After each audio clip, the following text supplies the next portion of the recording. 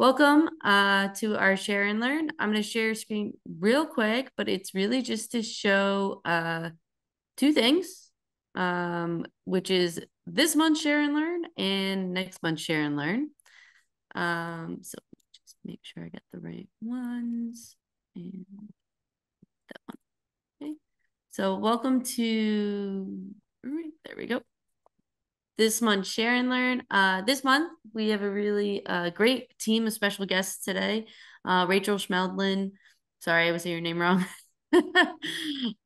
from University of Michigan, Michele Grimm from University of Albany, and Renata Ramos. And they're going to have a panel discussion today on entering leadership roles in BME education, which I think is a really great talk to give, especially for those of us who are interested in how you guys got to the amazing positions that you're at and what we can think about for our own careers as we're kind of going on our own journeys. And I also want to mention, please do join us next month for our April Share and Learn. And I'll move away a little talk thing. Next month, we will be doing another ASCE Education Showcase Deep Dive. This one will be on classroom activities. The ASCE Education Showcase was a workshop that was presented at the main ASCE conference last June in Baltimore. And we really want to allow the participants to have a longer period of time and to be able to share with the community and get, some feedback and some question and answers to see how we can scale this and use some of these techniques in our own classroom. So that will be led by Julie Carrans at University of Delaware, Charles Patrick Jr.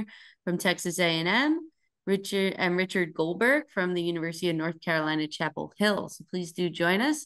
It'll be on a Thursday at 1 p.m. Sorry, this is supposed to say Eastern Daylight Time because I forgot the time change. But we always host them at 1 p.m. Eastern or 10 a.m. Pacific time if you're on my time. So please do join us for that. So I'm going to stop sharing. I just wanted to make those quick announcements. And so what we're going to do today is there's no slides. This is more of a casual conversation and a chance to ask questions. I have a few introductory questions just so that you can get to know who our panelists are. And then we'll just open it up for questions from the audience. So my first question that I have is, of course, who are you? So what is your current title and role at your institution? And maybe we can go in, I guess, last name alphabetical order. So we can start with Michele. Thanks everybody for having me. I'm Michele Grimm. I'm currently Dean of the College of Nanotechnology, Science and Engineering at the University at Albany, which is part of SUNY, and I've been there for just over 18 months. And Renata? All right, so I'm Renata Ramos. My current title is Senior Associate Dean for Academic Affairs in the School of Engineering at Rice University. And what I've learned is that academic affairs kind of means different things to different people. I think for me, it means things that other people don't want to do just sort of fall under my jurisdiction. So I oversee student opportunities and student activities, teaching in the School of Engineering, curriculum and course development for our programs, accreditation, so ABET falls under me, and Diversity, Equity, and Inclusion Center. Wow, that's great. And then Rachael. So I'm going to preface this by clearly my background. Renata has a beautiful picture of Rice campus. I wish this is what the University of Michigan Ann Arbor looked like. It does not look like this. Hi, my name is Rachael Schmedlen. I have two titles, actually. I have a split appointment. I have an administrative appointment and a teaching appointment. So my administrative appointment is in the College of Engineering at the University of Michigan Ann Arbor. I'm director of academic programs.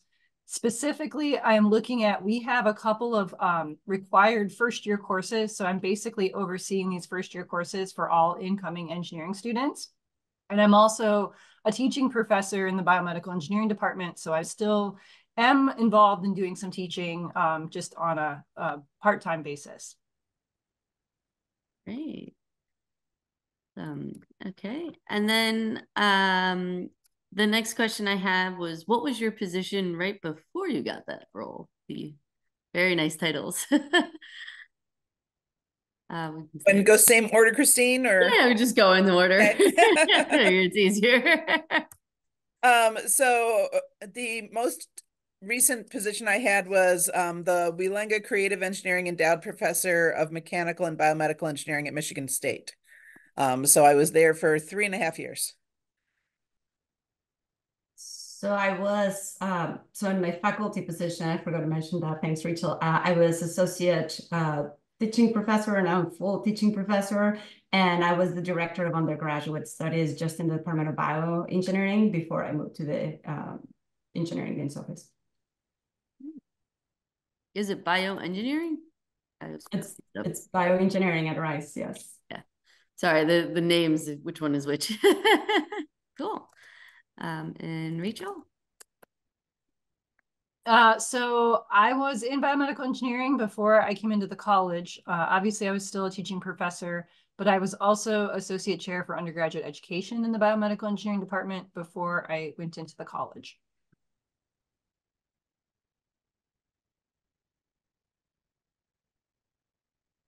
Yeah. And I apologize, I'm taking notes for those who aren't able to come. Awesome. And then my last question, and then I want to open it up for all the lovely guests here, which is, what experiences did you find most important to get to where you are today?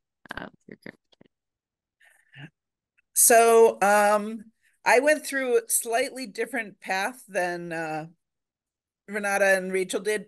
Firstly, because teaching professor roots did not exist back when I started.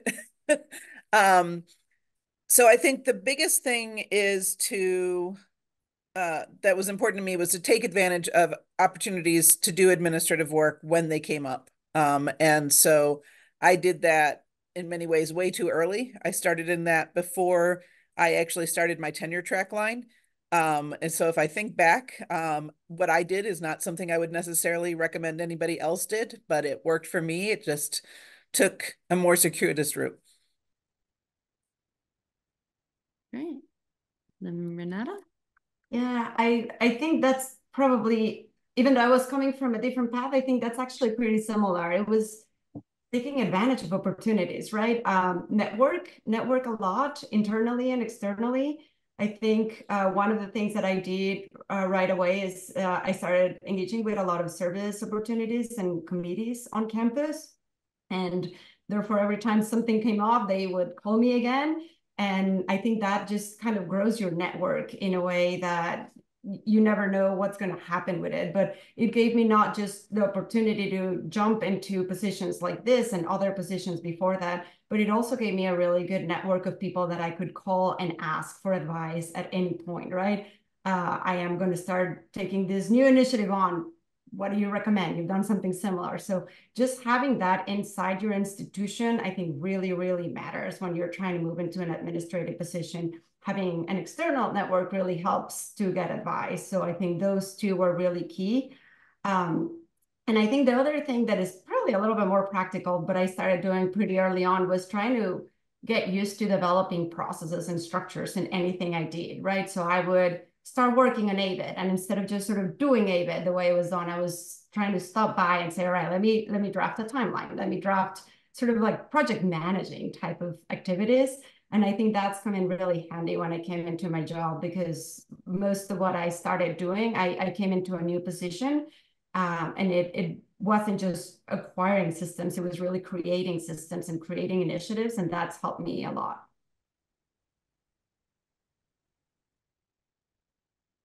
I have to echo both what Michele and Renata said in terms of taking advantage of different opportunities and sort of networking. So the interesting thing, I guess, about my career path is that I was just coming on when there started to be teaching professor types of positions. And so honestly, when I got my PhD, I actually got my PhD from Rice. So I'm very familiar with the campus. But I honestly, they didn't have postings. So I just sent out packets with my teaching philosophy, my CV, and a cover letter saying, hey, I'm interested, to a bunch of universities. And, you know, I got some interest, ended up at Michigan. Michigan was just starting up their undergraduate program. So I came in at a good time where they had just, they had a couple of cohorts go through, but they still didn't have all of their curriculum established. So the nice thing was I got into the ground level of developing courses and curricula. And so, and then along the way, yes, being involved in different types of committee work, both committee work within the department and external to the department within the college and whatnot, to get to know people, to work on different types of things and initiatives, and in some cases develop processes, like Renata said. And through that, just gaining that experience working on ABET. ABET certainly does help. It's not fun, but it does give you a lot of good experience and leverages things that you can leverage to administrative positions because of processes and things that need to happen with ABET. And so it just eventually I end up being one of the people in the department that knew the most about the curriculum. And so it was just a natural fit for me to go and become associate chair. And then the opportunity opened up that there's a spot in the college. And I'm like, well, let me try, this. I'd like to see what's going on at the college level, get a little bit more exposure there. And so I applied to that position. And that's kind of, it wasn't like a prepared path, but it's just, getting involved in a lot of things and see what things you're really interested in and see what people are doing, things that you're excited about and ideas that you have that they might be attracted to, and kind of just following that path. And you'll end up somewhere. You'll end up getting opportunities that you didn't even think about to start with, basically. Great. Thank you so much. So now those are just my introduction questions to try to get everyone's feet wet and kind of think a little bit about some maybe questions you won't have yourselves. So I'll open it up to anyone in the room. Feel free to put in the chat or raise your hand or just unmute yourself.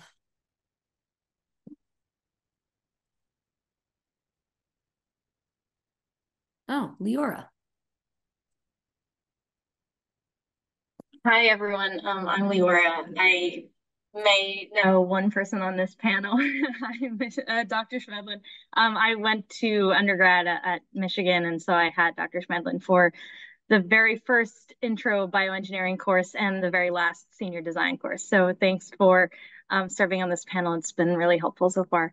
I'm curious about what everyone has said about networking. I'm currently finishing my PhD at UC Davis, and I'm looking to explore ways to network as an aspiring teaching professor as well. And so I'm just curious how you went about actually doing the networking that you said that you did. Jump in first. It's ASWE all the way. Absolutely was the best way for me to network and get to know people on the education side.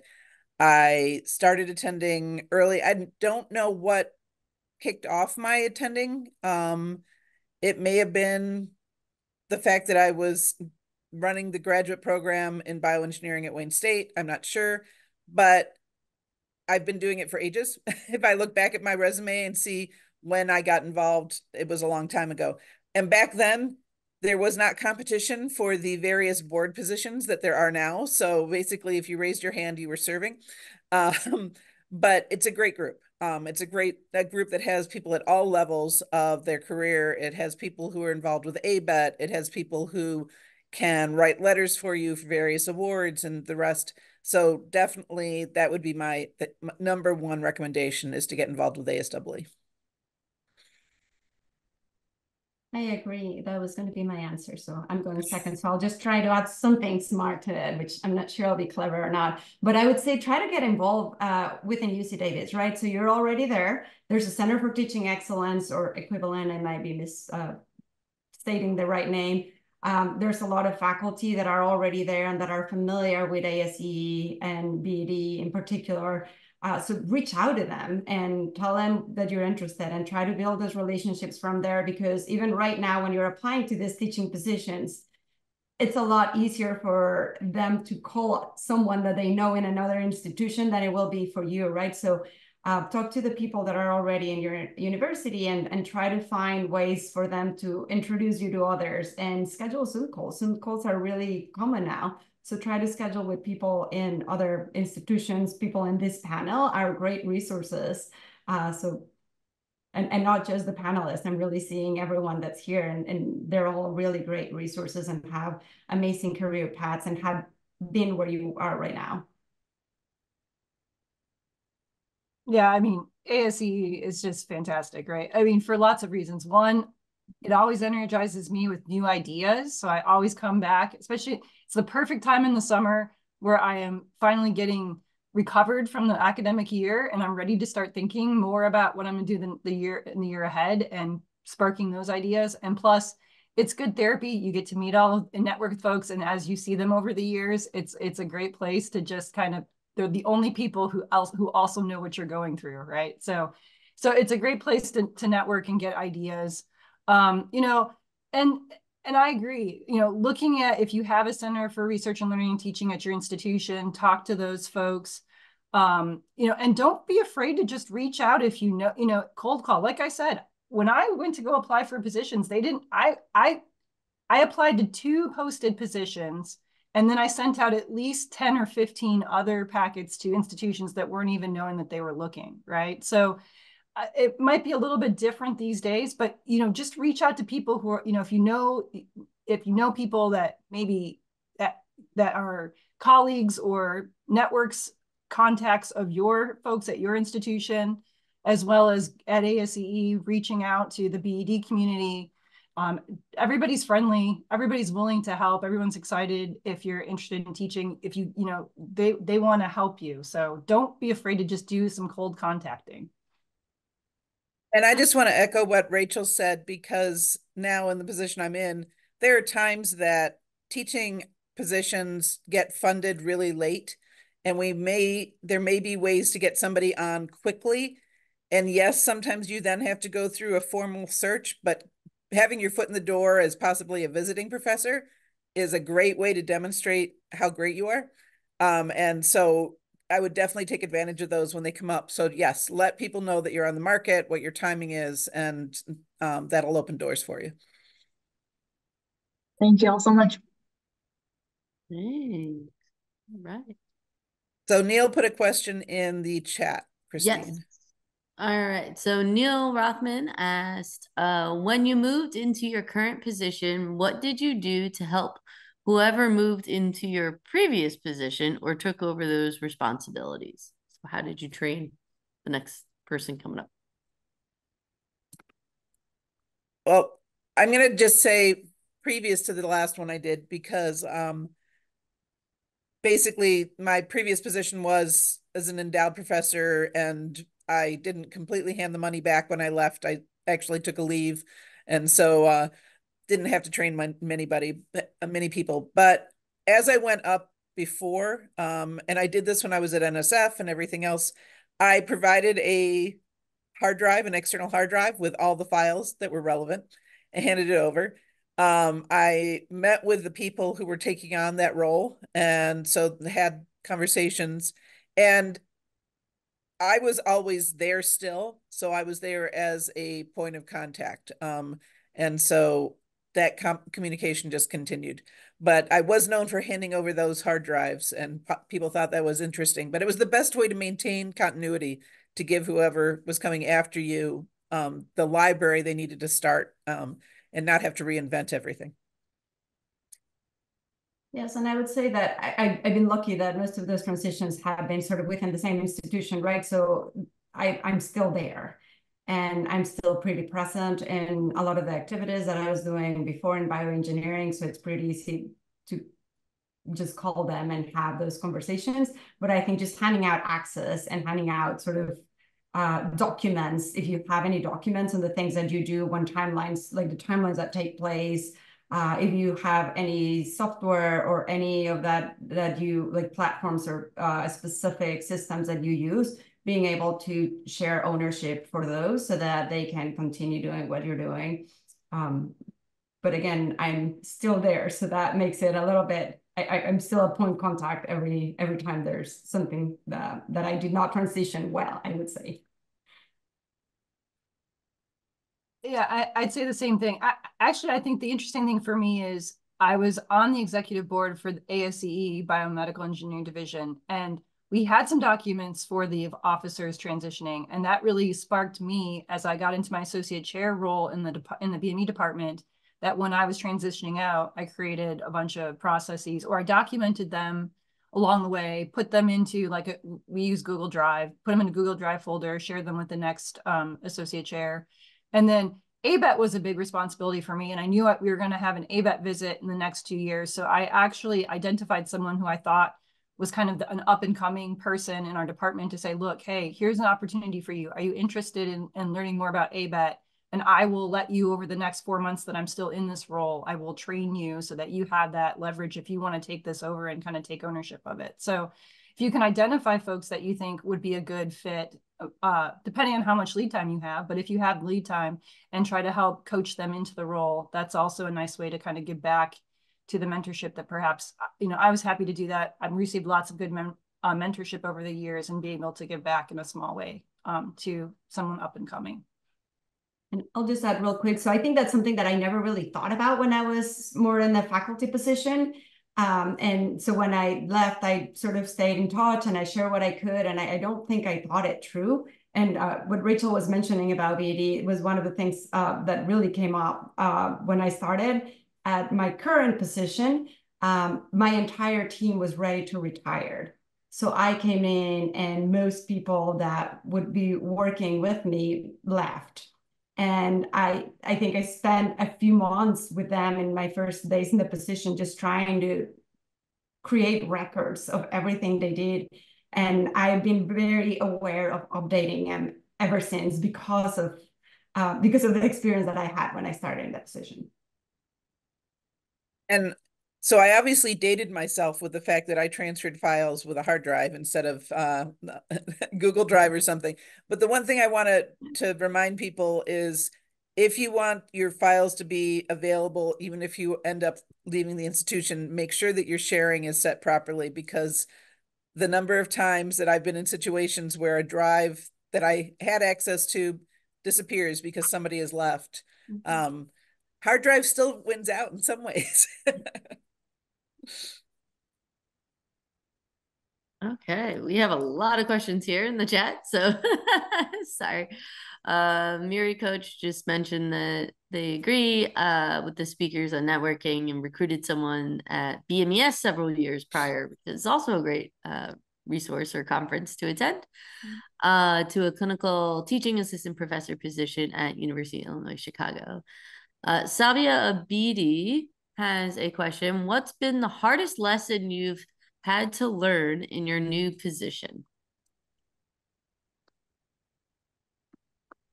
For me, the first one was how to negotiate myself around campus and figure out where everything was. So it's been interesting. I spent 25 years at one place. I knew everybody. I knew everything in terms of how to get around. I then went to NSF, which was a temporary position. So that was odd because it was the first time in, at that point, 23 years that I had actually gone to a different employer. And then I started changing more frequently. But it's figuring out the system. When you go somewhere new, you have to figure out how the system works. And sometimes you do get that grace period so that you can suggest something or not know something, which is great. And sometimes what you knew at another institution you can build on, but the systems that work at various universities are going to be very different. I have a lot, but I'm gonna just try to narrow it down. So I think how to prioritize better was really important. And I think that in terms of like what to say yes to, what to say no to, and I am still learning that one. But I think one of the really key areas where I had to sort of learn a hard lesson was how to prioritize what is worth sort of fighting about or fighting for, right? We all work in a system with a lot of exceptions. And from the faculty side, I saw my point of view and I said, well, why can't we do that? I know this is what the policy says, but the policy leaves gaps, and why can't I? And I think I was very used to that side. And when I came to the administrative side and I started trying to create more structures around and just had a better understanding and a better overview of all of the downside effects of a lot of those issues, I just kind of went on the other side and I started trying to fix everything and fight everything, right? And just kind of finding that balance of where is it worth my effort, and with the limited bandwidth that I have and with the scope of things that we have to do, where do I really need to invest time, and which one of those things I can just sort of say, you know what, that is not perfect, it'll be next year's problem and we will fix it. That's taken me a little bit of time to adjust to, because I came in with a very idealistic point of view of I'm going to try to make everything better. And you really can't make everything better all the time. So I've been trying to learn how to balance just sort of selecting the fights that are worth fighting in the time that I have, and which ones I put on the back burner and get to them later. So I would say something similar, kind of an offshoot of what Renata said is, you know, of course, when you're on the faculty side, you complain about all of the things. This is what administration's telling you. Oh my gosh, and you want to roll your eyes. And then you're on the other side and you see why those decisions get made. And you're like, oh, but then you're in the position where you have to make some of those decisions. And it's a delicate balance, like Renata said, where you know, you want to have enough structure, you want to have enough standardization on certain things, but yet you have to allow for the freedom, the academic freedom and the things of the faculty. And you want to make sure that they understand the constraints that you're working under and and help them to sort of buy into why you're making certain decisions. And it is sort of I wouldn't say it's a negotiation, maybe it's more diplomatic, but the whole diplomacy side of things, you know, I still remember, I mean, I'm still doing some teaching, so I know how they feel. And I don't want to just make all these decisions and like have no transparency to them. You want to convey that transparency to them so that they can understand, okay, yeah, there are certain constraints that we have to work under, and there are certain things that we need to, you know, abide by, and there's other places where we have flexibility. So I think that was something that's really different, and again, it's still a work in progress. I'm getting much better at it, but that's been one of the bigger challenges. Next question we have is from Tanya Nocera. Tanya asks, what is your teaching load like now? I'm imagining it's significantly reduced, and how does that feel? So right now I'm teaching nothing, primarily because, well, I guess I shouldn't say that. I co-teach the freshman 0 credit.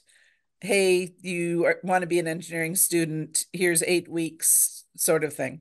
But basically that means I go to a couple of those sessions in that first week. So that's not really teaching. There is no Department of Biomedical Engineering yet at UAlbany. There's no Department of Mechanical Engineering yet at UAlbany. And so there wouldn't be a department I could teach in anyway. If electrical and computer engineering let me into one of their classes, they would regret it. Right now, 0. But with the new ME program that we're developing and we're putting through the state process, I designed a course that I'm going to teach for freshmen on design for society. So I'm really excited about that. I'm also going to work towards flipping it so that it's scalable, so that when we get to the point of having more than the first couple of cohorts of students, that the course can still exist. And so that's what I'll be doing. But then I'll only be teaching that one course per year. So the rest of the time will be spent on administration. And I do miss a little bit of it, but I will say being able to decide exactly what I'm going to teach is a really nice position to be in. Yeah. So my workload got significantly reduced, but it's not as small as I would like it in the fall, especially. So I teach 3 courses. One of them is sort of an internship course. So it's a lot of just sort of administration email, reading reports from students, talking to faculty and industry advisors, that kind of stuff. I teach an intro to engineering, which is sort of a survey of all of our engineering. So it's a lot of sort of logistical planning and a ton of advising, because these are pretty much the students that at Rise, they come in undeclared and they upfront say, I have no idea what kind of engineering I want to do. I like everything and I have no idea how to decide. So it's a lot of sort of weekly advising. And then I teach our intro to bioengineering course, so our fundamentals of bioengineering conservation principles. That's all PBL, and that is a very, very heavy workload. And it also comes with significant advising because it's the first course in the major for our students. So I did not plan it very well, and I teach all of that in the fall. So my fall, which is right when we had our AVID visit last semester, is absolutely crazy. And by the end of the fall semester, I always say, I'm done. I should not be teaching anymore. And then spring hits, and I realize that, one, I love it. And I started in this career because I love it. So I moved to the administrative side because I like the impact that I can have on our university. But I miss students. And I also feel like I lose an ability to really be in touch with the students, which is a big part of my role. So I go back and forth on how to reduce my workload. And I really like bioengineering students more than any other engineering students, which is why I don't want to drop that one.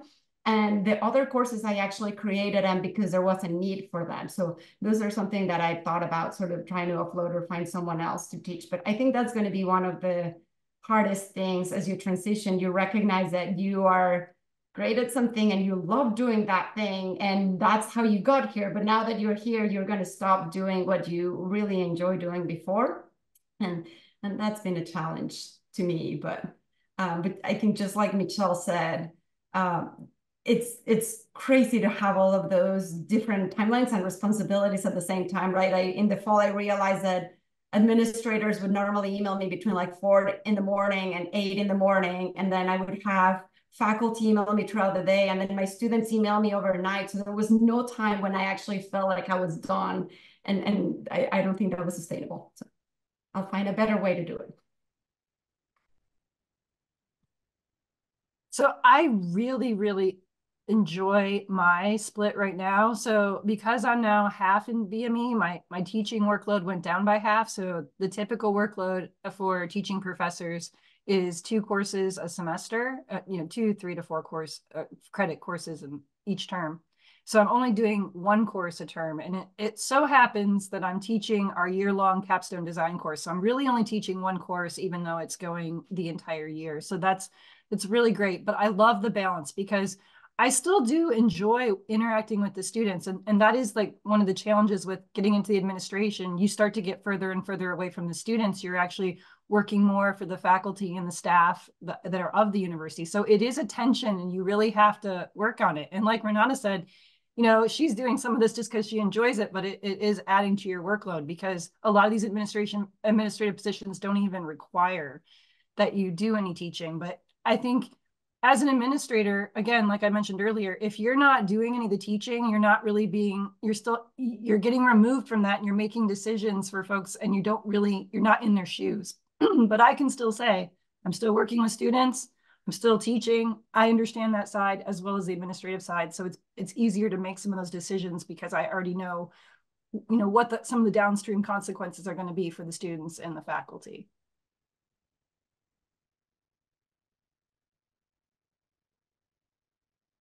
Sorry, I'm trying to type that.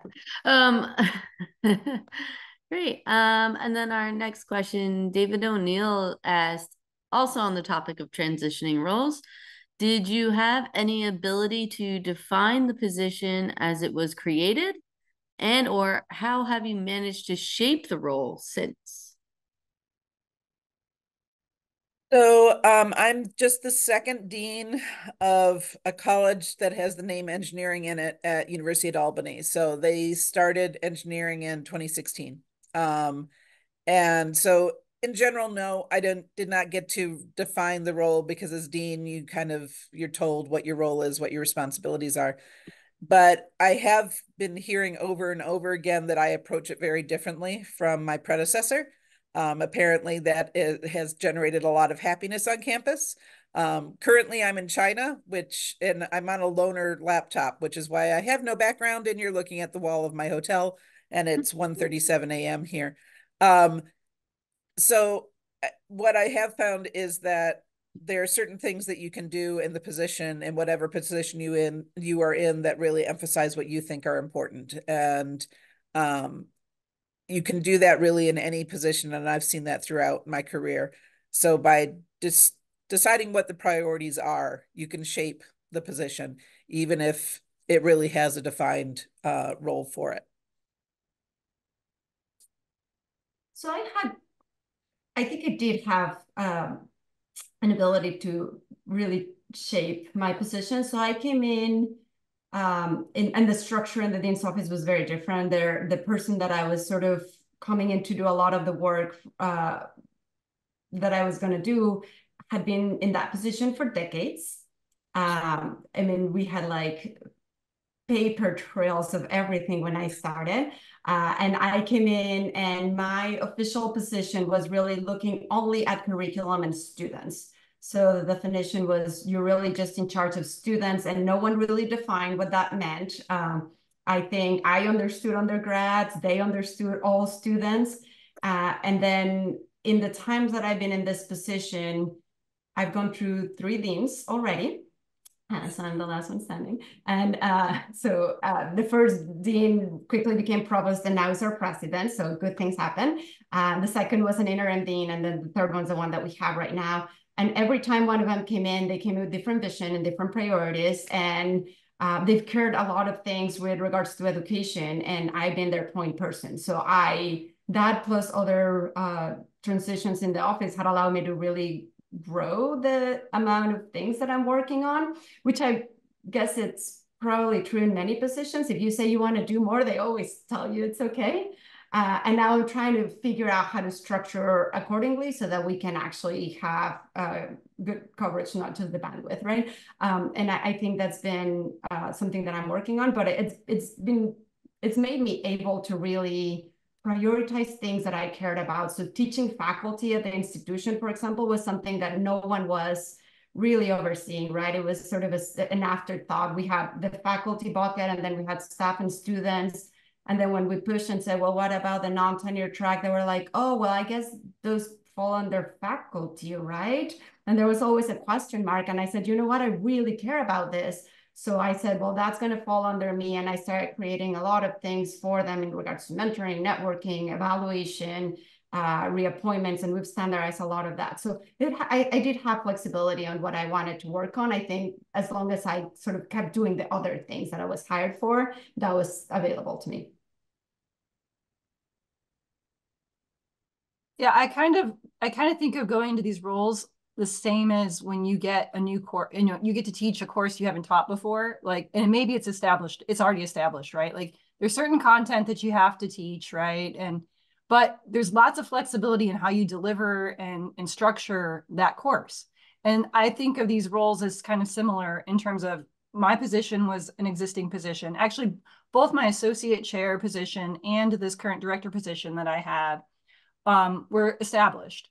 But you have lots of flexibility when you get in there to say, here's some things that I want to emphasize, or here's some new things that I want to do. And when I was associate chair of undergrad ed in the BME department, I think they were really impressed because I was the first teaching faculty to take on that role. And we had, tenure track faculty who are interested in teaching, but they were, they still had their interests in research. And I think the department was really impressed to see all the ideas that I had about teaching and the things that we could do in the department. And I decided, hey, let's look over our curriculum and let's see if we can actually revamp our curriculum, even though it's only like 20 years old, right? Let's do it. And so you have those kinds of things. Now, in my role in the College of Engineering, it's an interesting role because I have a lot of oversight, but I don't have a lot of power, authority to kind of hold people accountable to things. And so that causes some challenges, but one of the good things that's come out of it is that I've been able to work with our associate dean and be like, hey, look, there is some really disjointed things about this current structure and the processes that the way we run the first year programs, that we need to actually create a cohesive vision. And we're now talking, we're have this task force going on right now to talk about what kinds of structures can we put in place to better support our first year students. So again, there's, you have those defined roles within the current position, but you have lots of flexibility to say, what things am I interested in and where do I think I can make an impact and using new initiatives and ideas that I have. Rachel, I think you just actually said the hardest thing that I had to learn. That was the hardest lesson. I had oversight, but absolutely no power to do anything about a lot of things. I think that defines administrative positions.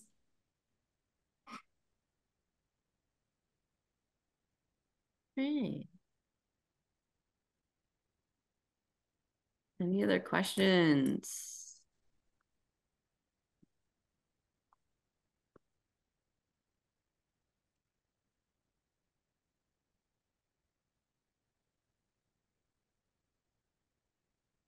Feel free to raise your hand.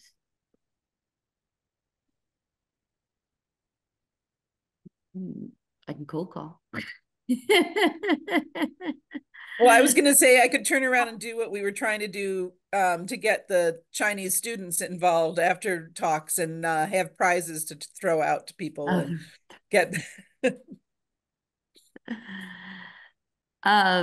I always have the question, which I think Renata mentioned earlier and probably also struggles with, which is the how to say no, but to structure it so that you're saying no to the right things and allows you to get to that next stage that you're really interested in going in, because again, you keep seeing the same problems and you're like, man, they just made me stop doing this.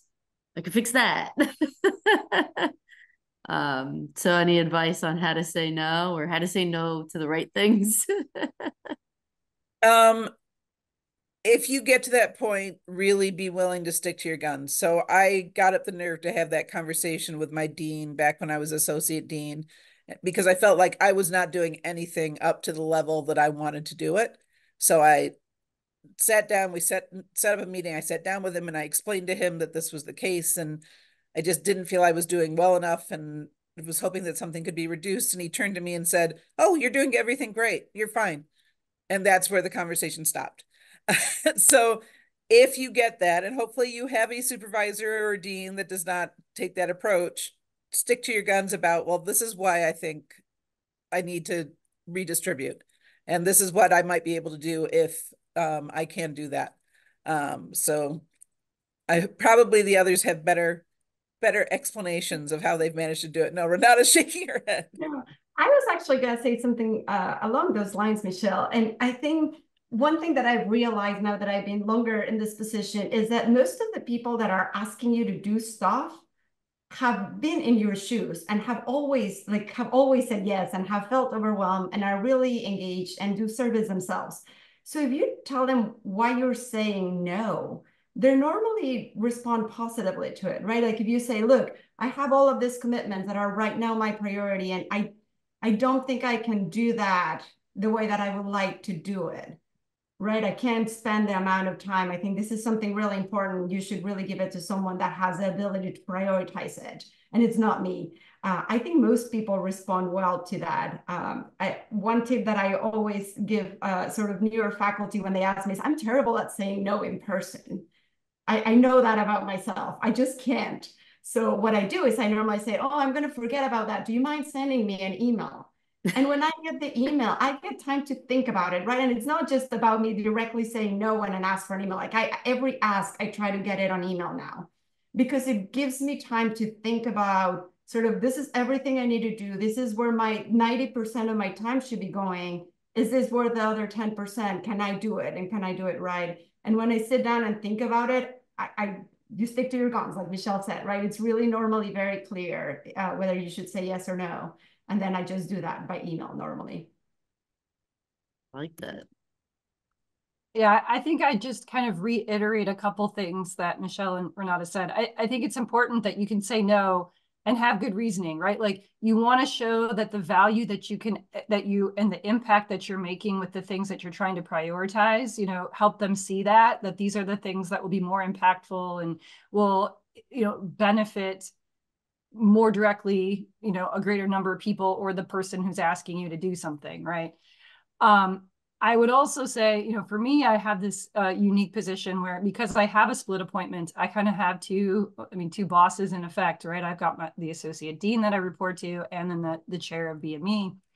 And recently, I will say in the last few months, BME has really wanted me to help them more with a few things. And it's like, but I've got all these initiatives that I'm working on and I'm only 50%. So it's challenging because, of course, neither the associate dean or the chair kind of want to cross each other. So I'm kind of the middleman trying to do the negotiations. And I think in those cases, like there's something that they want me to do with the curriculum in BME. And I'm like, I don't think I've got time over the summer to do this. I mean, my summer is already accounted for in terms of time, but let's see if I can help you oversee something and we can delegate this to some other faculty in the department. So right now I'm trying to work through this by identifying some faculty in our department who can actually probably do more of the legwork, and I can kind of just guide them and make sure that we're meeting the objectives. So it is sometimes challenging in my role because I am not 100% effort in one place. And so I have to, go back and forth.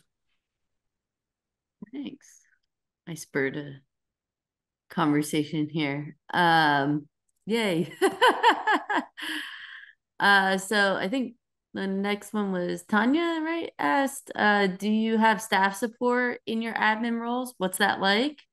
Were they assigned to you, or did you have a say in who? I imagine it might be challenging to figure out that sort of working relationship, especially if it never having that support before. So I'm in a really odd position right now, but it's consistent across the State University of New York in that we have roles that are funded that we could hire for that we can't actually find people for because they work through the state system, and administrative assistants are all unionized and have to take the civil service exam and all sorts of things. So right now I have no admin in terms of an administrative assistant. I get emails all the time. Who can I work with to figure out your schedule? It's like me. The person that I want to have come into this role is currently a lower level admin for one of our departments, and she's covering all sorts of things. And so I'm waiting till the point where I can promote her up to being the admin for the dean's office. But previously, when I became an associate dean, I inherited an admin assistant, and that was a great thing to have in place. We had a really good working relationship, but she knew how things worked under the previous associate dean. So that was a nice thing to be able to build on. It is hard to learn to work with that support and hard to learn to delegate. And it's still something I'm not very good at. But that's something you can learn and work on. And if you happen to butt heads with somebody who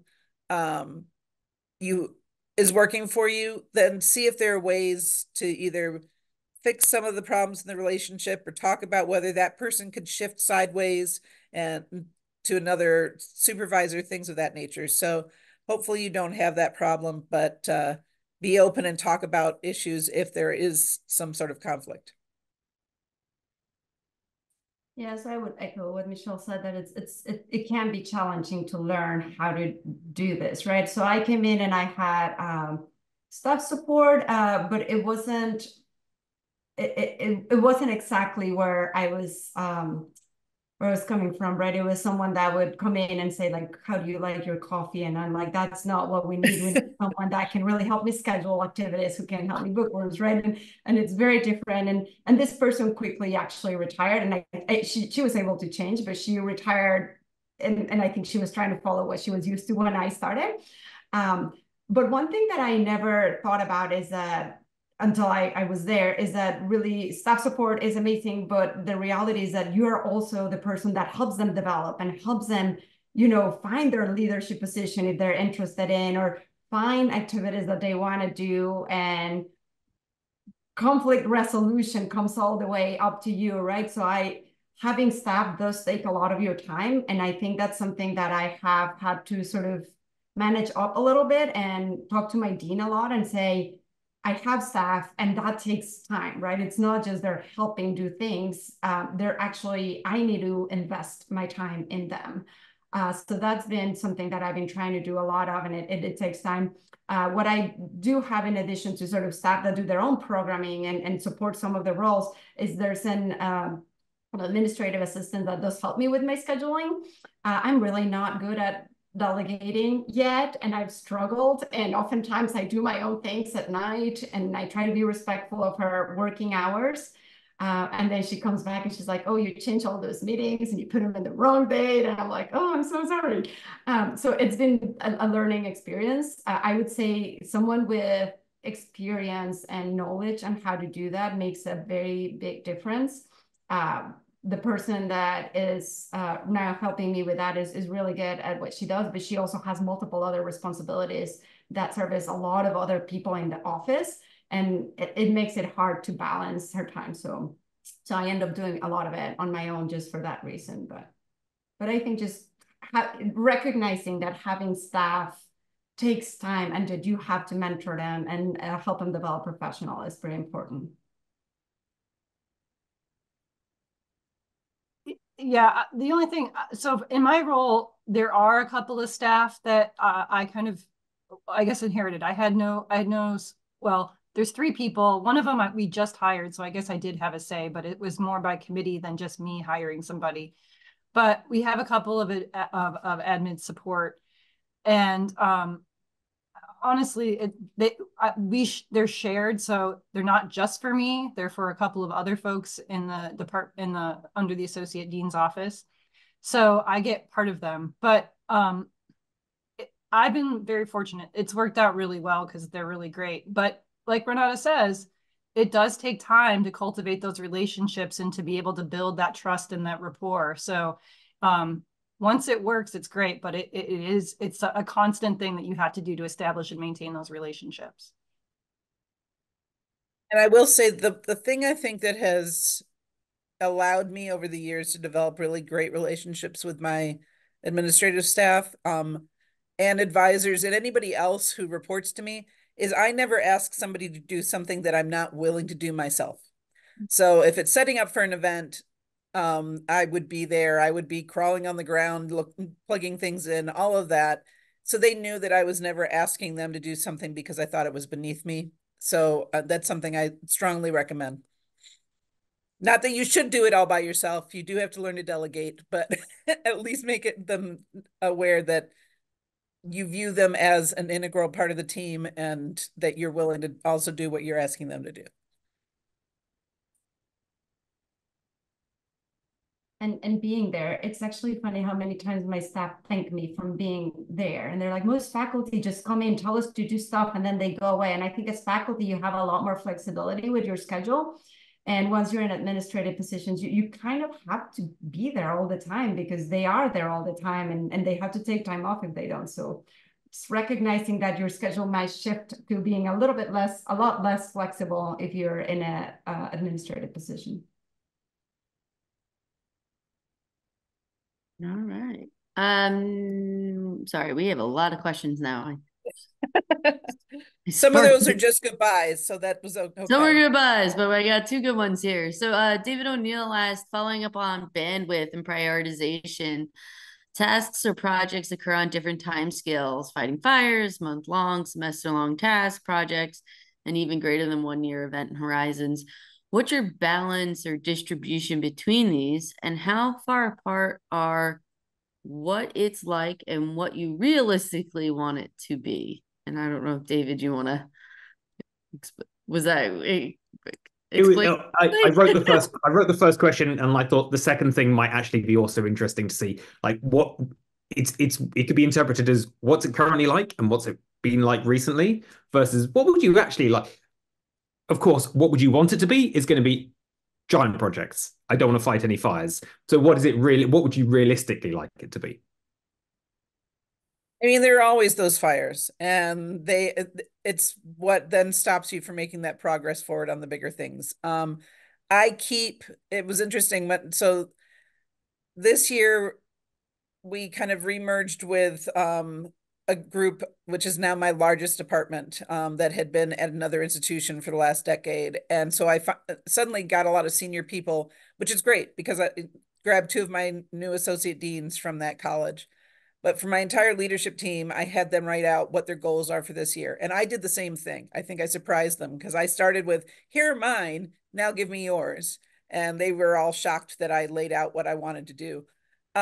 So I do go back to that when I have time and I have these things that I want to get to. And I know I'm not going to hit all of them this year, but you just have to be able to bop between them. I mean, I think that I probably have undiagnosed ADD, so I can move between things fairly easily. And that's really the only way that you can make progress, because if you say, oh, I want to set the time aside to work on X, inevitably there is a fire that is going to come up. That means that you're not going to do that. So I don't know that you ever get to that point of where you wanted to be, David. Yeah. So one of the things that I've tried to do a lot is I basically do that with my staff, right? I give them one project that they need to work on. And I realize that they are much better at keeping track of their time, and sort of, if I told them that is our goal, they will continue to work on it, where I'm normally putting out fires more often. I do have a calendar that like literally says like, what do I need to do today? What do I need to do this week? And then I have like next month, and then I have next break. And my next break sort of keeps growing, and I don't get to it almost ever. But sometimes those things become more urgent, and then I'm able to move them, or I start working on other long-term projects. So I'm not trying to say I only put out fires. There are some projects that I try to put intermittently in between, but they're not always the ones that I thought going in at the beginning of the semester that I said I wanted to do. But I've realized that giving it to my staff and giving it as a task or as an assignment that we need to get done as a team has worked a lot better, because normally I'm the one that's putting out the fires. Yeah, I mean, I don't have a whole lot more to add. I think Michele and Renata covered that pretty well. I do think, Renata, your point about the staff, because they have a much more kind of regular schedule than sort of they have ebbs and flows, but it's a little different than what our roles are. And so if I do give the staff projects, the nice thing is I'm meeting with them regularly, so we can always put it as an agenda item. So it's always staying in the forefront, and at least there's some progress being made. Whether it's fast or slow is, another matter, but it always helps when the fires come up that the staff is like, wait, we need to talk about this in our meeting because this was on the agenda. This is something we're supposed to be working on. So that does help things stay a little bit on track, or at least making some sort of progress forward when fires get to be kind of crazy.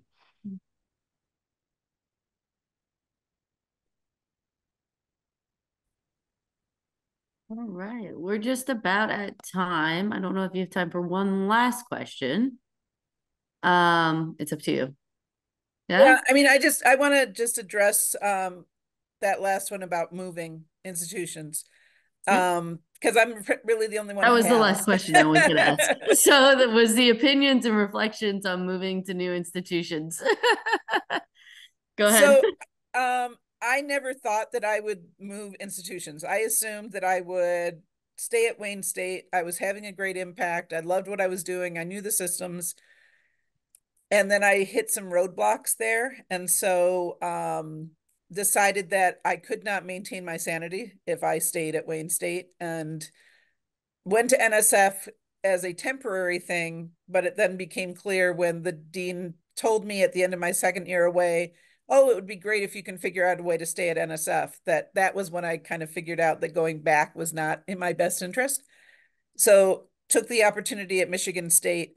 And the odd thing is, I don't think that I would have my current position if I had not moved to Michigan State first, because I'm in an odd position that I have the experience at an urban diverse university for 20 some years, but they can also claim that they got their dean from a Big Ten institution. So I feel bad that I was only at Michigan State for 3.5 years. I never intended to leave. I was not actively looking for a position. And this one is a new college, and my daughter lives 45 minutes north of Albany. So it was kind of a perfect opportunity. But you need to just evaluate how things are going. And it's always more difficult to move into a new institution in some ways, but it also opens up new opportunities because you're coming in with that new approach. And if you think your career is stalling where you are, then start keeping your eyes open and talk with people. And sometimes making those moves to other places actually turns out to be the best.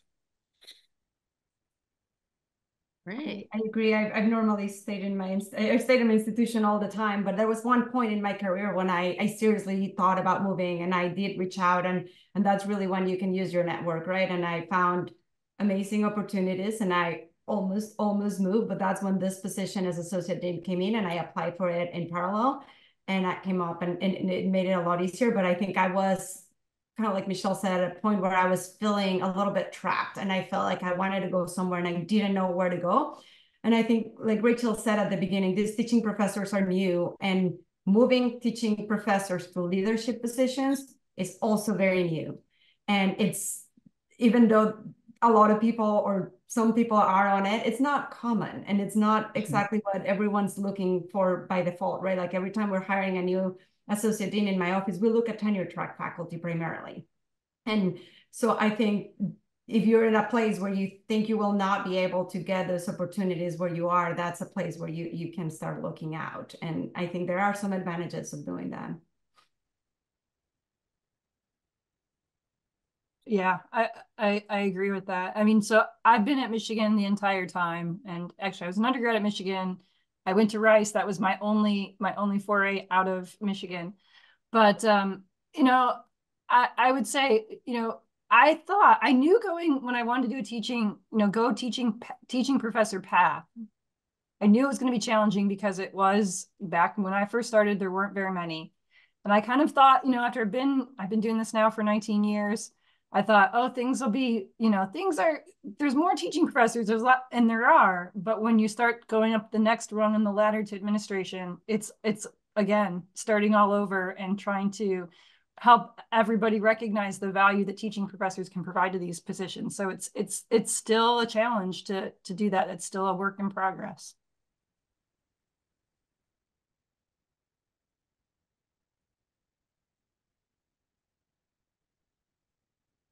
All right. Well, with that, I wanted to thank you all so much for this wonderful discussion. And thank you for those who were able to stick around. I greatly appreciate it. I got to shamelessly plug all the upcoming events. So join us next month for our Beak Share and Learn on our Slack channel, as well as our ASCE BED National Conference. Hopefully some of you guys can attend that. And I believe, what else do we have to plug? The COC Summit is coming up as well, right? National BMES is Baltimore, so they're flipping this year. Anything else? Did I miss? I don't think so. All right, awesome. Well, thank you guys so much. This was wonderful, and I look forward to seeing you all next month. Bye. Thank you, Kristen, for organizing it. Thank you.